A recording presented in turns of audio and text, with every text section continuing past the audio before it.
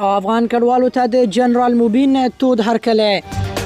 جنرال مبین تورخم ته تللی او هلته افغان کډوالو ته ښه راغلاست ویلی.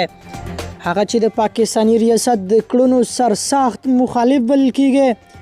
تازه یې راستنېدونکو افغان کډوالو ته په غاړه کې د ګلونو امیلونه اچولي.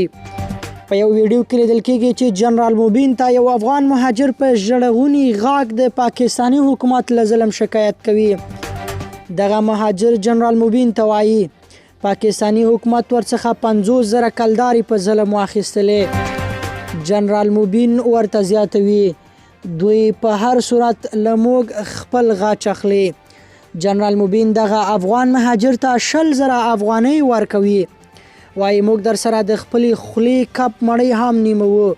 هغه بیا په ټویټر کې لیکلي راستانه شویو کډوالو ته په ننګرهار کې لاس دانې 2 اتاقه کورونه جوړولی شم، خو که حکومت ځمکه راکړي په خپله کړې وعده وفا کوم. تاسو دې شاهدان وئ. راځئ نو توکل په الله کړئ، خپله غیږه خلاصه کړئ. هغه بل ځای کې بیا لیکلي دغه کمپاین پیل کړئ او دغه هشتګ تر دغه لیکنو لاندې لیکل په ټولو بدرګه کړئ. بسم الله کړئ، ډیرو فالوورز والا غټه یې مو وایاست. د افغان کډوالو د راشړلو په بدل کې دی د کونړ پر سیند باندې د لوی بندونو جوړول پیل شي.